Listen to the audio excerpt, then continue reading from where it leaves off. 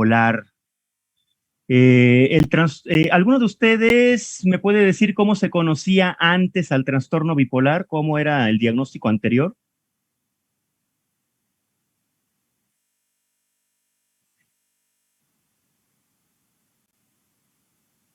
Doctor, ¿no se le conocía como depresión maníaca? Ajá, por ahí va, por ahí va. A ver, ¿alguien más que quiera participar?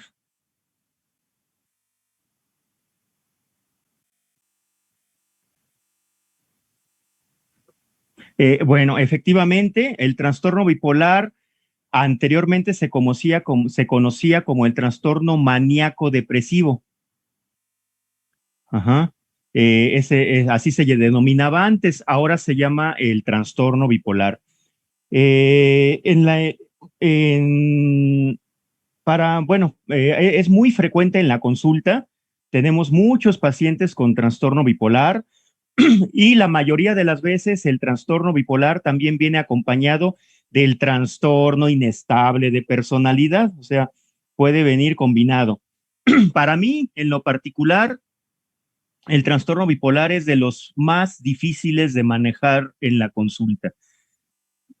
Hay miles de esquemas de tratamientos, combinaciones de medicamentos, si predomina la manía, si predomina la depresión, si predomina la impulsividad.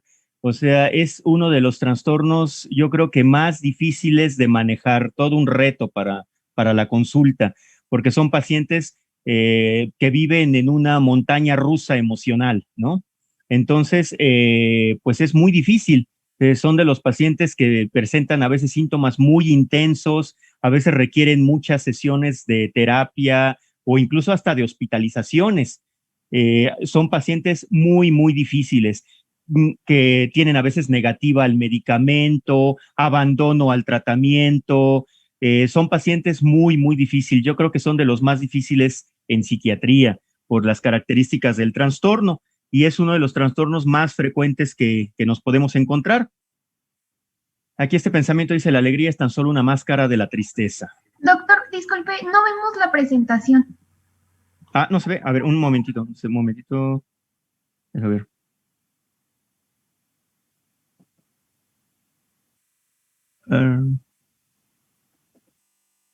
A ver, un segundito. Ya se ve.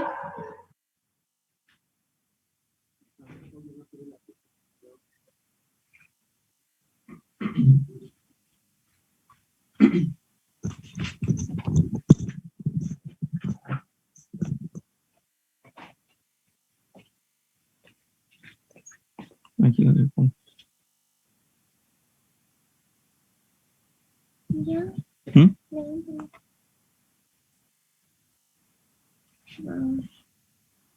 Ya se ve, doctor. ¿Ya? ¿Ya está? ¿Ya no? Sí, doctor. Ah, perdón, ya. ¿Ya, ahí ya están viendo la diapositiva? Sí, doctor. Ah, ok. Bueno, vamos a seguir adelante. Bueno, ¿cuáles son los factores biológicos del trastorno bipolar? Las aminas biógenas, nuevamente, principalmente noradrenalina, serotonina. Hay pruebas que indican la existencia de anormalidades en la regulación de la acetilcolina. La dopamina, la actividad dopaminérgica podría estar disminuida en la depresión y aumentada en la manía. Ajá. Eso es importante.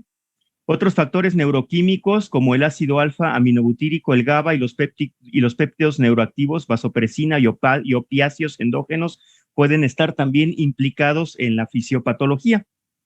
Ajá. El trastorno bipolar, los síntomas clínicos, vamos a tener aquí el trastorno bipolar tipo 1 y el trastorno bipolar tipo 2. En el trastorno bipolar tipo 1 va a predominar la manía, principalmente. En el trastorno bipolar 2, pues bueno, es el que más comúnmente se va a presentar, en donde vamos a tener un trastorno combinado con depresión y manía. Pues puede haber una repercusión importante social, familiar para el paciente ya que puede haber aumento de número de problemas conyugales, mayor riesgo de suicidio. Aquí hay que poner énfasis en alguna situación en donde los pacientes a veces llegan a la consulta y dicen, oye, doctor, yo soy bipolar porque unos días estoy contento y otros días estoy enojado. Ayer estuve muy contento y hoy estoy triste. Eso no es trastorno bipolar. Eso puede ser cambios de humor, la habilidad emocional y puede corresponder a una situación de personalidad, a una situación depresiva, ansiosa o incluso normal. O sea, a todos nos puede suceder que a lo mejor ayer estamos contentos y hoy estamos de malas. O sea, eso no es trastorno bipolar.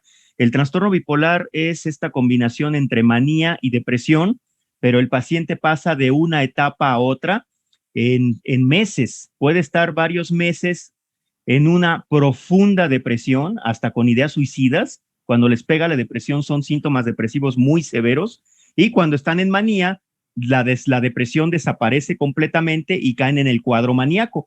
Y esto no es de un día para otro, esto dura varios días, perdón, varios meses, 2, 3, 4, 6 meses. Hay pacientes que pueden rotar de manía a depresión en 3 meses, por ejemplo, y les llaman cicladores rápidos o la ciclotimia, pero no es de un día para otro, no es así como lo ve el paciente, de que hoy estoy contento y ayer estuve triste, entonces soy bipolar. No, ese no es el diagnóstico. Un paciente puede estar en depresión y se va a diagnosticar como un trastorno depresivo hasta que el paciente, o sea, el trastorno bipolar no lo vamos a detectar a veces en la primer consulta. Un paciente puede estar en depresión mucho tiempo, en depresión, y hasta que el paciente hace un cuadro maníaco, pues ahí nos damos cuenta que es bipolar. Hasta que ya llega a la consulta con un cuadro maníaco, ahí ya vamos a ver qué es este aspecto del trastorno bipolar. Siempre va a haber comorbilidad. Podemos tener al paciente con un trastorno de ansiedad, como en el trastorno inestable de personalidad, el paciente puede tener tendencia al consumo de sustancias como el alcohol o incluso drogas. Como les mencionaba, el trastorno bipolar puede estar muy de la mano con el trastorno sociopático, con el trastorno inestable de personalidad. Entonces, pues puede haber patología médica agregada. En la descripción general, los pacientes maníacos, ¿cuáles son los síntomas de manía?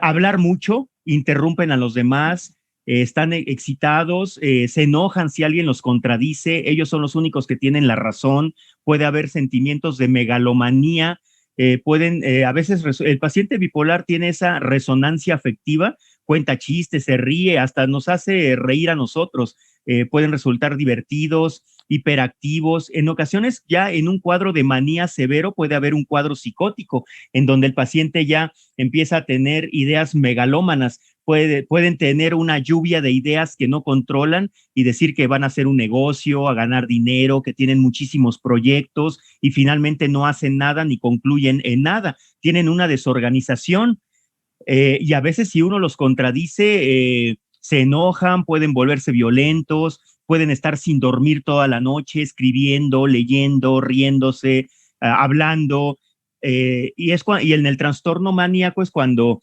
pueden salir y saturar las tarjetas de crédito, llegan y ya se compraron un montón de cosas que no necesitaban, pueden conducir coches a exceso, ser impulsivos, incluso agresivos, y ya, como dicen, ya no entienden razones, ya si el familiar habla con él, ya no hacen caso, ellos están en su idea de megalomanía. Muchos llegan a urgencias ya con un cuadro maníaco y a veces puede venir acompañado de síntomas psicóticos. El paciente maníaco puede estar claramente eufórico, irritable, baja tolerancia a la frustración, sentimientos de ira, de hostilidad. Pueden reclamarle al familiar, no, es que tú no me haces caso, no me apoyas en mis proyectos, me boicoteas, no me dejas expander mi potencial, no sé, empiezan a confrontarse con la familia, a consumir alcohol, todo esto, ¿no? Pueden tener la habilidad emocional, cambian de risa a irritabilidad, el lenguaje puede ser difícil interrumpirles cuando hablan constantemente, el tono de voz es más alto, más rápido, Todo esto lo van a ver en el examen mental. En el examen mental hay un apartado en donde dice lenguaje y ahí se califica si llega a metas, es coherente, incoherente, congruente, volumen rápido, volumen lento. Ahí todo eso lo van a ver cuando lean el capítulo de examen mental. A veces es difícil entenderles, empiezan a hablar de un tema y terminan de otro, no tienen esa tangencialidad, esa linealidad del pensamiento. A veces pueden hacer chistes, expresiones sin sentido, pierden asociaciones, hay una fuga de ideas, a veces ensalada de palabras, neologismos. Esto ya es en un brote psicótico, maníaco, cuando ya el paciente ya perdió sentido de la realidad, sentido de juicio. Entonces son los pacientes que normalmente llegan a urgencias. En la manía aguda el lenguaje ya es completamente incoherente, ya es un cuadro psicótico. Muchas veces el paciente se tiene que internar, que puede ser un criterio de internamiento o un trastorno bipolar severo en fase de manía con síntomas psicóticos. Ese sería el diagnóstico. Ahí el paciente pues ya se sale a la calle, ya no se va a tomar los medicamentos, entonces pueden tener hasta altercados con los familiares. Hasta el 75% de los pacientes pueden tener delirios de riqueza, de poder, de capacidades extraordinarias, pueden tener conflictos en el trabajo, decir que ellos son los únicos que pueden hacer el trabajo y menosprecian a los demás, empiezan a tener conflictos con el jefe, compañeros de trabajo, pueden hasta perder el trabajo. El pensamiento, pues hay un nivel excesivo de autoconfianza, grandiosidad, a veces puede haber distraibilidad. El funcionamiento cognoscitivo se caracteriza por un flujo de ideas acelerado y desinhibido. Puede haber aumento en las conductas sexuales, pero el déficit cognitivo menor es reflejo de una disfunción cortical difusa. El 75% de los pacientes con manía pueden tener agresividad o pueden resultar amenazantes y también pueden cometer suicidio o homicidio. A veces ya el control de impulsos está totalmente perdido. La alteración del juicio es un síntoma clave en los pacientes maníacos. Como les mencionaba ya, en una etapa de hipomanía son estos mismos síntomas, pero en menor intensidad. A lo mejor ahí el paciente todavía es manejable, todavía acepta los medicamentos, pero ya en una etapa maníaca, pues ya normalmente puede haber síntomas psicóticos, síntomas de grandeza, síntomas megalómanos. Infringen las leyes, pueden saturar las tarjetas de crédito, las actividades sexuales, las finanzas, todo esto afecta a la familia. Los pacientes maníacos tienen escasa o nula conciencia de enfermedad.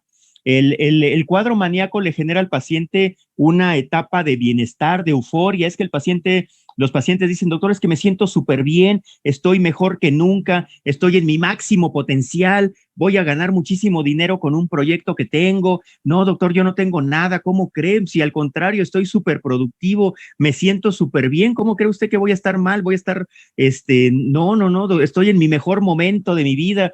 O sea, los pacientes no tienen una advertencia de enfermedad porque este efecto es hasta un efecto placentero para el paciente. O sea, se sienten al 100% o al 1000%, ¿no? Entonces, la información que proporcionan es poco confiable, mentiras, engaños. A veces es difícil entrevistar al paciente solo porque nos puede ocultar información. Siempre hay que entrevistar a la familia, como la esposa, al papá, a la mamá. Oiga, ¿usted cómo ve al paciente? No, y ya el familiar empieza a decir todas las aberraciones que empezó a hacer y decir en la casa o en el trabajo, etcétera. Entonces el paciente nos puede ocultar información, o hay pacientes muy astutos que nos pueden decir, no, es que yo estoy perfectamente bien, no tengo nada, ¿no? El curso y pronóstico, un paciente con un trastorno bipolar, pues desafortunadamente ya va a ser una enfermedad crónica. Como son pacientes que tienen mal apego al tratamiento, frecuentemente lo suspenden, no van a consultas, es un paciente muy inestable en cuanto al apego al tratamiento, hay frecuentes recaídas. El estrés psicosocial también va a desempeñar un papel importante.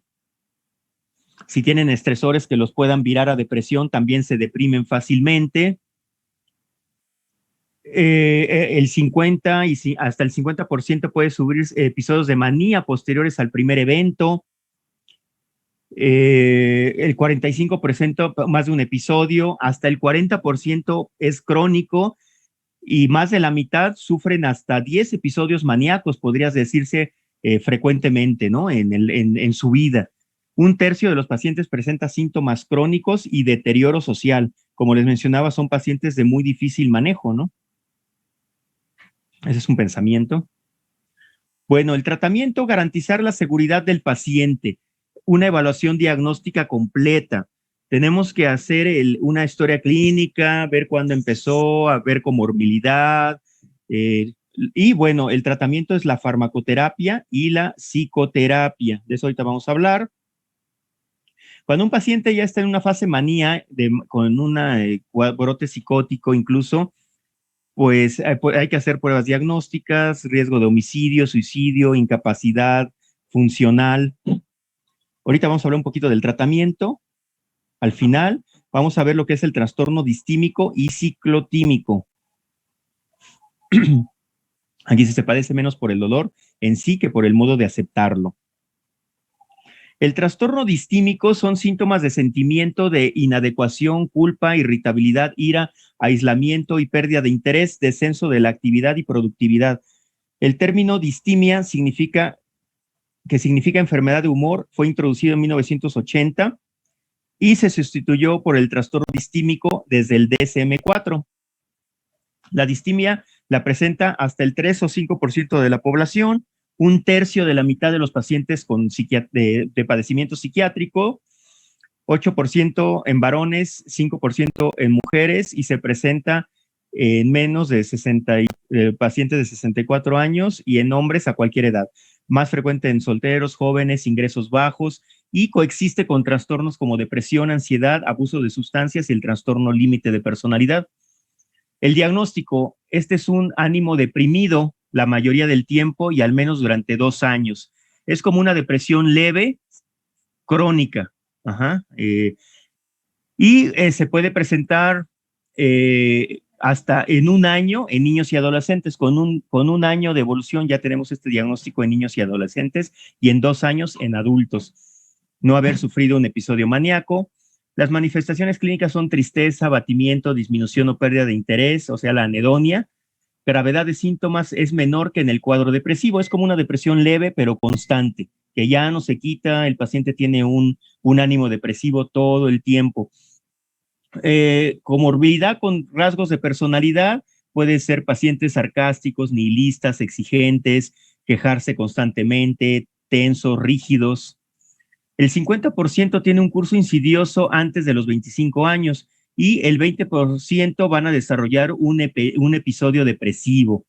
El 15% pueden llegar a presentar un trastorno de manía y diagnosticarse finalmente como un trastorno bipolar a lo largo de los años.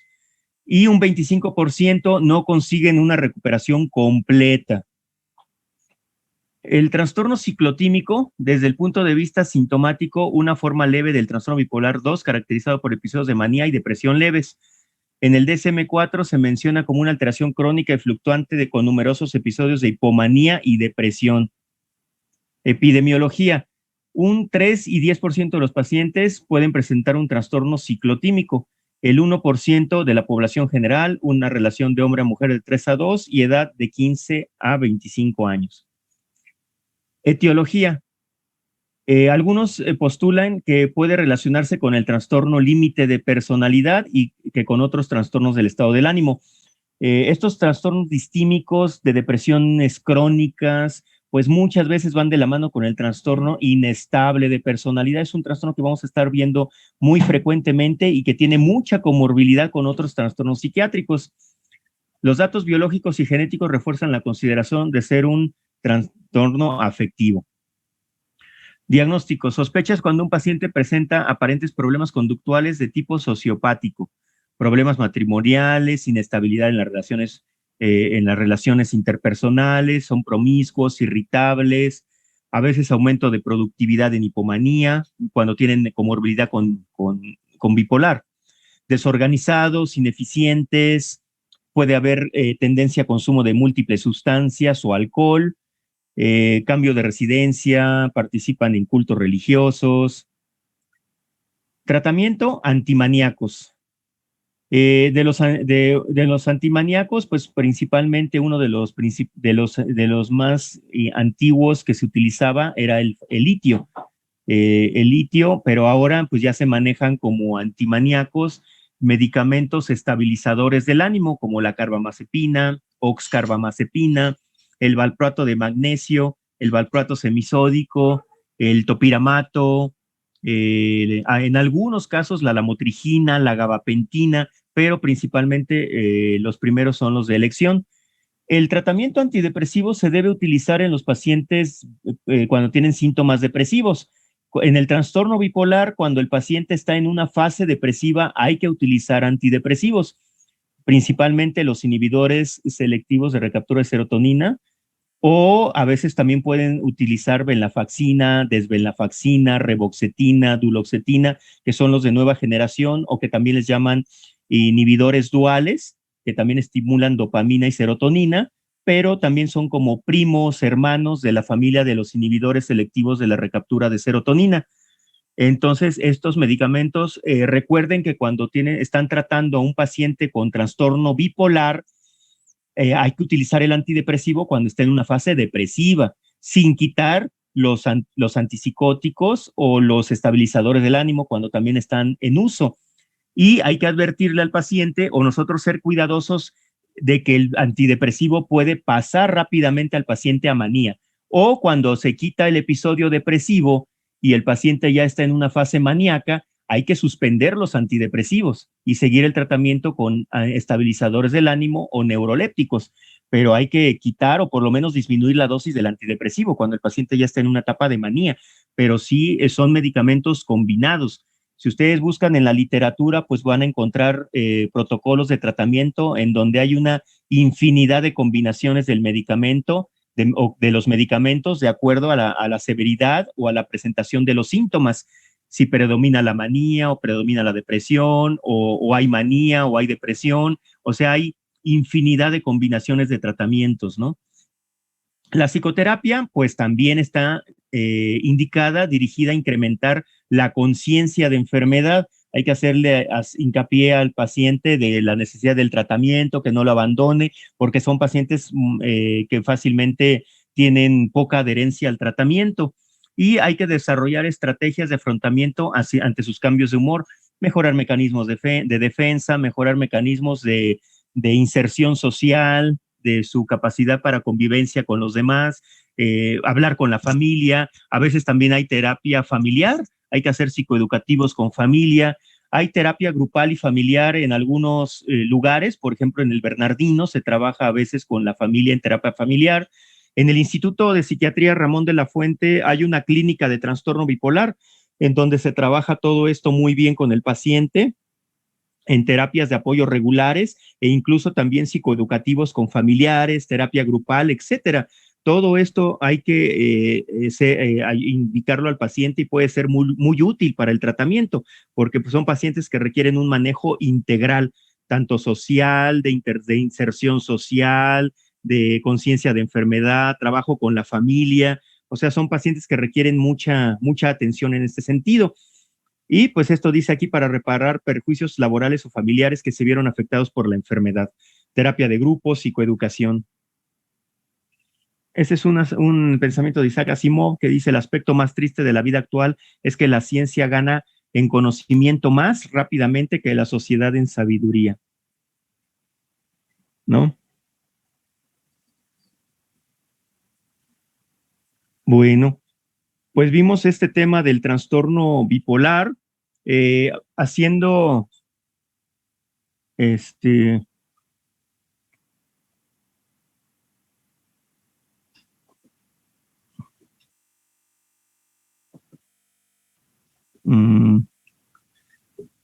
Ahorita vamos a hablar un poquito más del tratamiento.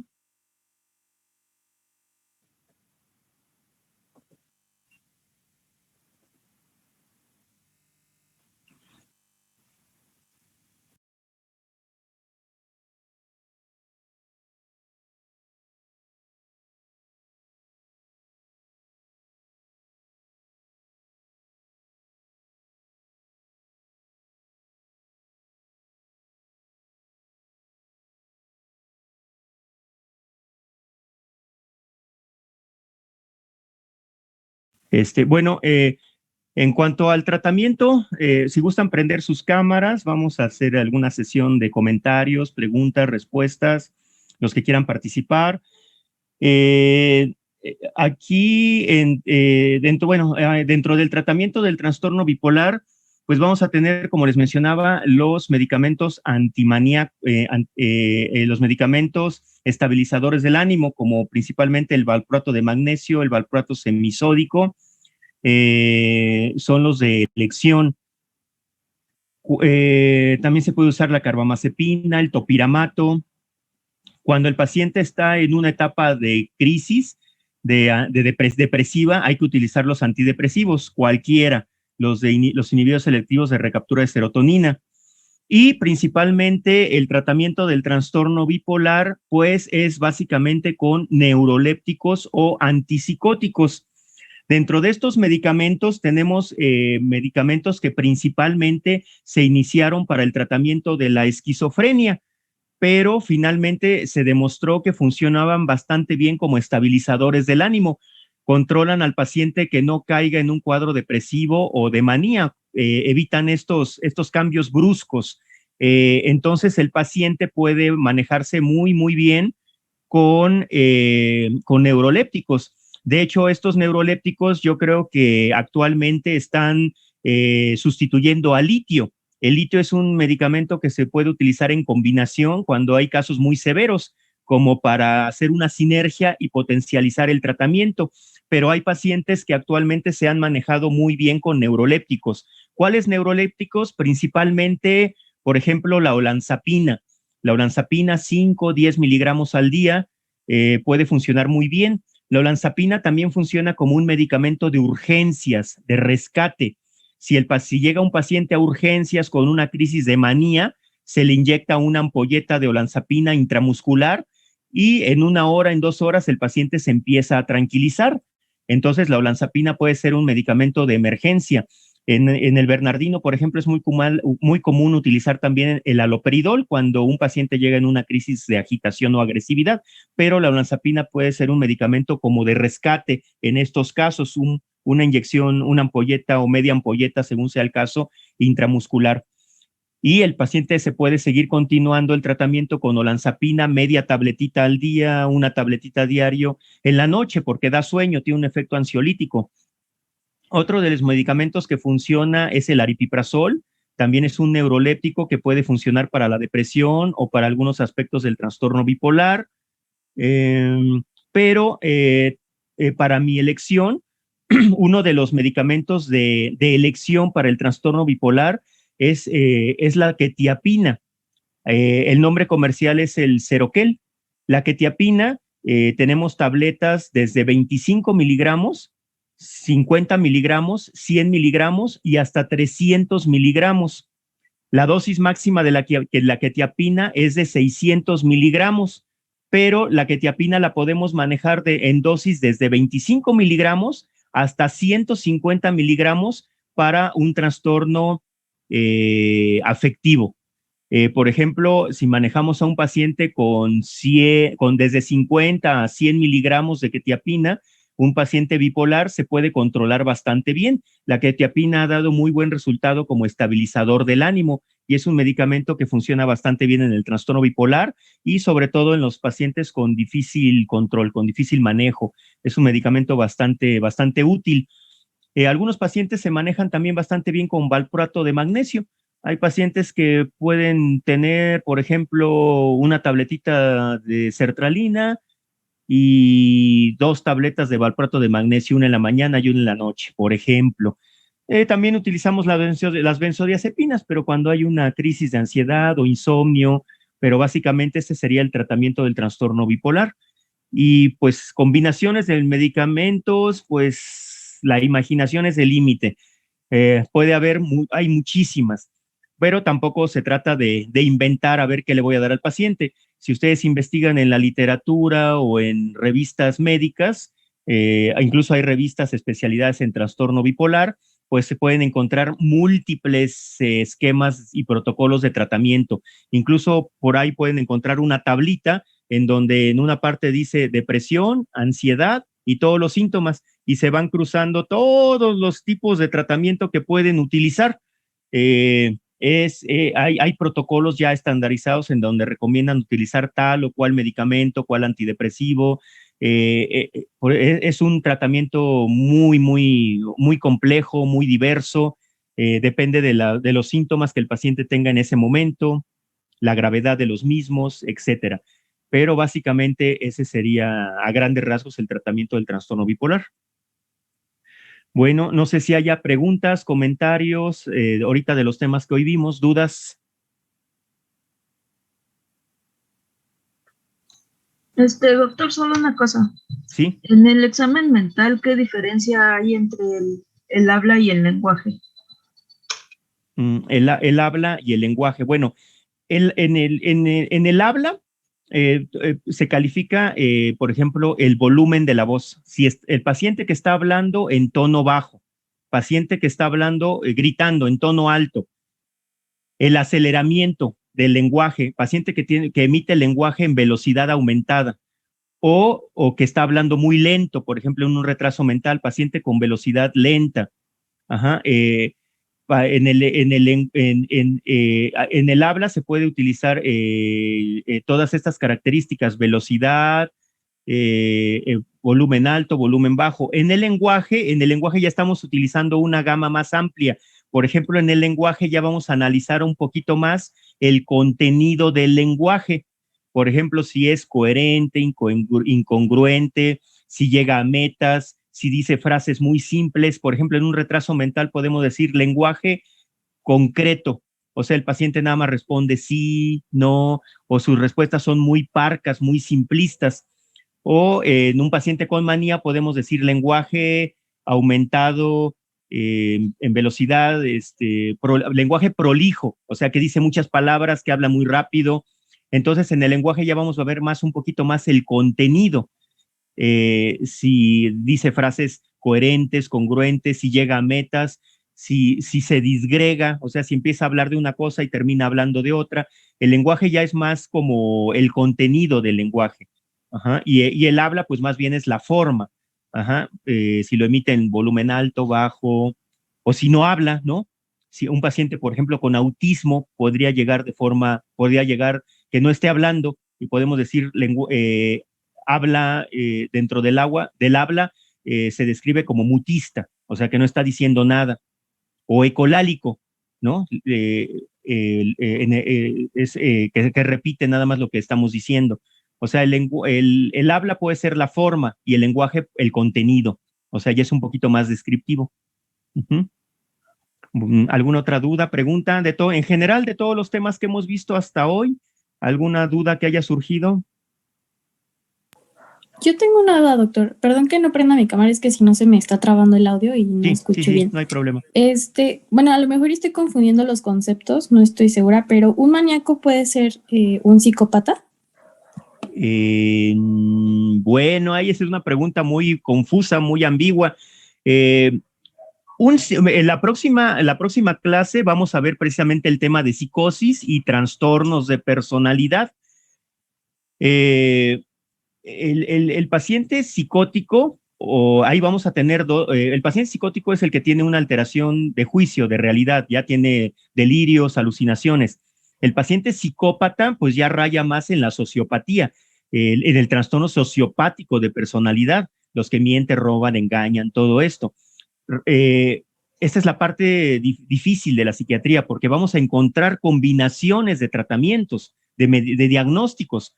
Por ejemplo, podemos encontrar un paciente con distimia, con un trastorno bipolar tipo 2 y con un trastorno sociopático e inestable de personalidad, y que de repente te hizo un brote psicótico. O sea, puedes tener todos esos diagnósticos en un mismo paciente.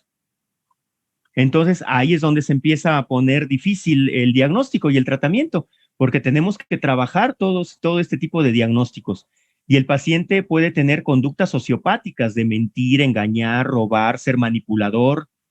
O podemos tener un paciente narcisista también, en donde mienta, engañe, el paciente narcisista se cree superior a todos. Es muy difícil de psicoanalizar porque dice, no, usted como terapeuta, usted no tiene razón. Usted no me tiene que decir a mí lo que yo tengo que hacer. ¿Usted quién es? O sea, yo tengo más inteligencia que usted. O sea, el narcisista se va a sentir siempre superior a los demás. Entonces, imagínense un paciente narcisista con un trastorno bipolar en fase de manía. No, pues está acelerado al 1000%. Pero es diferente, o sea, es diferente, vamos a verlo, esto lo van a diferenciar un poquito más ahora que tengamos la clase de trastornos de personalidad. Entonces, pues se combinan. Por ejemplo, un paciente sociópata bipolar, pues va a ser un paciente que abuse del alcohol, las drogas, tenga relaciones inestables, relaciones promiscuas, ya haya chocado varios coches, se intoxique con sustancias, robe, engañe, trance, o sea, en una fase de manía, un paciente sociopático, psicópata, pues puede a lo mejor defraudar a una compañía en un negocio que él hizo y robar a la compañía, hacer un timo, un engaño, o sea, se puede combinar. Entonces hay que diferenciar todo esto, ¿no? Entonces, hacer el diagnóstico de todo lo que tiene el paciente, pues pues ahí está el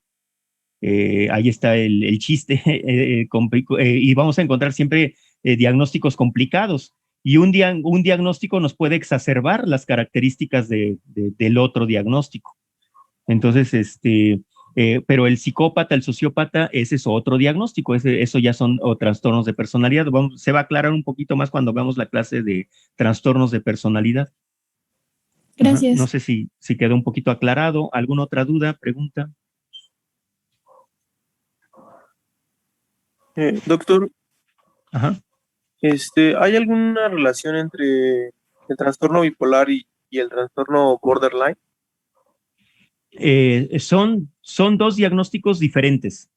En el eje 1 vamos a tener el diagnóstico psiquiátrico. Si tu paciente tiene esquizofrenia, depresión, ansiedad, trastorno bipolar, ese es el diagnóstico 1. El diagnóstico 2, el eje 2 de tratamiento, es el diagnóstico de personalidad. Ahí tú vas a ver los rasgos de personalidad o los trastornos de personalidad que tiene tu paciente. En el eje 3 de diagnóstico vamos a encontrar la comorbilidad médica, por ejemplo, si tiene enfermedades médicas. Y en el eje 4 vamos a ver la funcionalidad del paciente, un 40%, un 5%. O sea, en el CIE o en el DSM-4, ahí puedes leer muy bien los criterios diagnósticos para los diagnosticar los 4 ejes de diagnóstico. Eso se llama el diagnóstico estructural, por ejemplo, pero son diagnósticos diferentes. Por ejemplo, tú puedes tener, si lo transportamos al ámbito médico, es como si yo te dijera, tenemos un paciente con diagnóstico de diabetes y obesidad. Ahí son 2 diagnósticos diferentes. O sea, ¿qué relación hay? Y están relacionados. ¿Qué diagnóstico hay de la diabetes con la obesidad? Que si está obeso se le va a subir más el azúcar, por ejemplo. Entonces ahí tenemos 2 diagnósticos diferentes, diabetes y obesidad, pero finalmente los 2 están confluyendo. Uno te complica al otro. Tienes que atender los 2. Tienes que bajar de peso al paciente y controlar su diabetes y que haga ejercicio y todo ese rollo. Tienes que atender los 2 diagnósticos, pero finalmente son 2 diagnósticos que confluyen. Por ejemplo, diabetes y obesidad. Si lo transportamos a un ejemplo de paciente de psiquiatría, vamos a tener un paciente bipolar con un trastorno inestable de personalidad. Son 2 diagnósticos, pero finalmente confluyen y finalmente interactúan.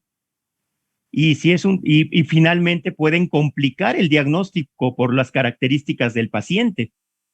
Un paciente inestable pues también se va a deprimir, va a tener intentos suicidas más letales o más severos, y cuando entra en una etapa de manía va a consumir sustancias, alcohol. O sea, son dos diagnósticos diferentes, pero que finalmente van a confluir. Es como si te dijera que un paciente tiene colitis, ¿y qué te gusta o qué será? Colitis y gastritis. Son dos diagnósticos diferentes, pero finalmente van a confluir. Entonces, pues vas a tener diferentes diagnósticos. En un paciente nunca vamos a tener un diagnóstico. Siempre va a haber comorbilidad, 2 o 3 diagnósticos. Entonces interactúan finalmente. Esto, pues es que esto es muy difícil, como les repito, esto ustedes lo podrían ver muy claramente en la rotación, que rotaran en el hospital, que vieran los pacientes, pero bueno, gracias al coronavirus a lo mejor no va a haber rotación o no sé si más adelante puedan rotar, aunque sea unos días, eso se aclararía, o sea, si no rotan en el hospital, pues va a quedar un 50% de sesgo de aprendizaje, porque pues todo esto en el nivel que ustedes ya están de ciclos clínicos, esto lo tienen que vivir de forma presencial con el paciente, con la rotación. Ahí es donde van a aprender, ahí es donde se van a dar cuenta y van a decir, esto es la medicina, ¿no? Y la experiencia y la interacción con el paciente, pero pues si no, seguimos en una etapa teórica en donde no nos queda de otra más que revisar estos temas del libro que ustedes los están leyendo. Pero pues desafortunadamente se están perdiendo una rotación clínica médica que es donde ahí se despejan todas las dudas. Es como si yo les platicara, ay, España es muy bonito, está la Puerta de Alcalá, está la plaza principal, está la Plaza Mayor, les puedo pasar fotos y les puedo decir, esta es la Gran Vía, aquí está el parque, aquí está, no es lo mismo que yo les platique y les pase fotos a que ustedes estén en España, ¿verdad? Desafortunadamente ahorita no tenemos más que fotografías. Entonces, pues todas esas dudas, ustedes van, si ustedes rotaran en la rotación, pues ahí ven al paciente, ven la entrevista, ven el proceso diagnóstico. Entonces ahí se aclaran muchas dudas. Pero bueno, desafortunadamente nos estamos perdiendo la rotación. Entonces, pues sí va a ser un poquito más difícil. También por eso les estoy ejemplificando que vean las películas, que vean toda esta interacción de los personajes en esta situación de que vean estas películas. Las películas ejemplifican muy bien todo esto y pues es una parte muy amena, ¿no? De ver una parte de la psiquiatría. De hecho, hay psicoanálisis del arte en donde pueden experimentar mucho conocimiento de psicopatología reflejado en una obra de arte, ¿no? Por ejemplo, ahorita del trastorno bipolar y lo que preguntabas del trastorno psicopático o sociopático, a lo mejor me viene a la mente, hay una película que a lo mejor sí la pueden encontrar por ahí, con Angelina Jolie y Winona Ryder, que es una película ya de hace varios años, una de las primeras películas de Angelina Jolie, se llama Inocencia Interrumpida. No sé si la hayan visto. Búsquenla por ahí, se llama Inocencia Interrumpida. Y ahí pueden ver la interacción de dos adolescentes con un trastorno psicopático, lo que preguntaban, un trastorno borderline y un trastorno bipolar, como con manía, pero básicamente el trastorno bipolar. Entonces, si pueden ver esa película y pueden ver muy bien la interacción que preguntaban. A ver si la pueden ver por ahí. Se llama Inocencia Interrumpida. Bueno, es el nombre en español. En inglés no sé si tenga otro título, pero es con Angelina Jolie y Winona Ryder. Entonces, a ver si la pueden ver. Entonces, pues le digo, bueno, desafortunadamente si en la rotación se aclaran muchas dudas y ven al paciente en vivo. Y lo interesante es cuando llega un paciente de primera vez y hacemos todo el proceso diagnóstico. Yo en la rotación les pregunto, a ver, ¿cuál fue tu diagnóstico? Y ellos dicen, no, pues es esto. Ahí lo pueden ver de forma dinámica y se les queda así, aprenden porque aprenden. Pero, pues es difícil ahorita, así sin una rotación, quedan muchas dudas, ¿no? No están viendo al paciente en vivo, ¿no? Pues es la parte práctica que nos estamos perdiendo por esto del virus, entonces a lo mejor sí quedan muchas dudas y es un poquito más, porque pues, no les puedo ejemplificar un paciente hasta que lo vean en vivo, ¿no? Pero pues ese es el proceso diagnóstico, ¿no? Realmente la medicina, ustedes ya tienen la parte teórica, pero la medicina también se aprende con el paciente y eso es lo que va dando experiencia. Pero bueno, a ver si más adelante, no sé si en agosto, septiembre, antes de que terminen su rotación, puedan tener, aunque sea unos 2, 3 días de rotación en la clínica. Hay que ver qué dice la UNAM, qué marca el semáforo epidemiológico, pero pues si no, pues nos vamos a quedar nada más con la parte teórica, desafortunadamente, y pues no va a haber un gran avance, pero pues ni modo, no hay de otra. Vamos a tratar de ejemplificar o despejar las dudas lo más que se pueda, pero pues esa es ahorita esta situación que estamos viviendo a distancia, ¿no? Uh-huh. Pero pues por eso les digo, si ustedes ven las películas pueden ver muy bien toda esta patología, psicopatología. Hay películas muy buenas de contenido psiquiátrico. ¿Algún otro comentario, duda, pregunta de los temas anteriores, incluso si quedó alguna duda que ya hayan revisado? ¿Vale?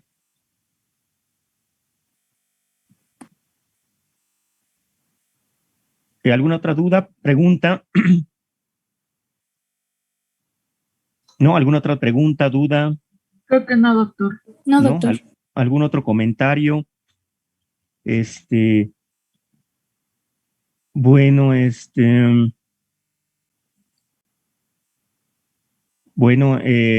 bueno, pues vamos a dejar, si surge alguna duda, mándenla cuando estén leyendo el libro, cuando estén sobre la marcha. Si hay alguna duda, mándenlas a mi WhatsApp o al WhatsApp del grupo y pues yo ya me comunico con ustedes o les contesto por un mensaje de voz y lo vamos revisando. No se queden con ninguna pregunta. Si no la quieren mandar al grupo, mándenmela personalmente de forma individual para que haya un poquito también de privacidad, si ustedes gustan, o mandarla al grupo, según como sea su preferencia. Pero yo me imagino que van a surgir muchas dudas ya que estén leyendo el libro, revisando los temas. Cualquier duda, mándenla, no se queden con la duda, porque pues a veces el tiempo en la presentación es difícil, pero si surge una duda sobre la marcha, manden la pregunta y ya yo me comunico con ustedes y vamos resolviendo las dudas que haya, porque pues sí pueden quedar muchas dudas sobre la marcha, ¿no? Entonces, pues estamos abiertos a percibir estas dudas, porque pues sí es un tema, son temas complejos, ¿no? Y pues pacientes de psiquiatría van a haber muchos pacientes en el internado, en urgencias, en el servicio social. Ahorita actualmente los casos de salud mental han aumentado mucho y son pacientes que van a ver frecuentemente, independientemente del servicio o la especialidad que elijan. Entonces, pues este breve curso es básicamente para que tengan conocimiento de lo que es la salud mental y pues puedan tener una experiencia con este tipo de pacientes cuando lleguen y por lo menos identificar la patología y diagnosticarla, canalizarla o por lo menos empezar tratamiento si es que se puede. Ustedes pueden empezar un tratamiento y canalizarlo al especialista. Entonces, pues cualquier duda, pues lo vamos comentando. Envíenme sus dudas, lo que sea, al WhatsApp y pues vamos, ya yo me comunico incluso personalmente con ustedes o con un mensaje de voz les contesto y pues tener un diálogo, aunque sea fuera de la clase, porque a veces el tiempo no lo permite o van surgiendo clases sobre la marcha, ¿no? Pero pues la idea, como les dije desde un principio, es que aprovechen lo más del curso porque va a ser difícil que tengan otra vez un acercamiento a la psiquiatría, porque ya no van a tener estas clases de psiquiatría más adelante. Es una materia muy, muy pequeña desde mi punto de vista, o sea, ya no van a tener un acercamiento a este tipo de pacientes o síntomas. Entonces no se lleven dudas, cualquier cosa pregunten. Bueno, pues vamos a dar por terminado la sesión, nos estamos viendo más adelante, la próxima semana da las clases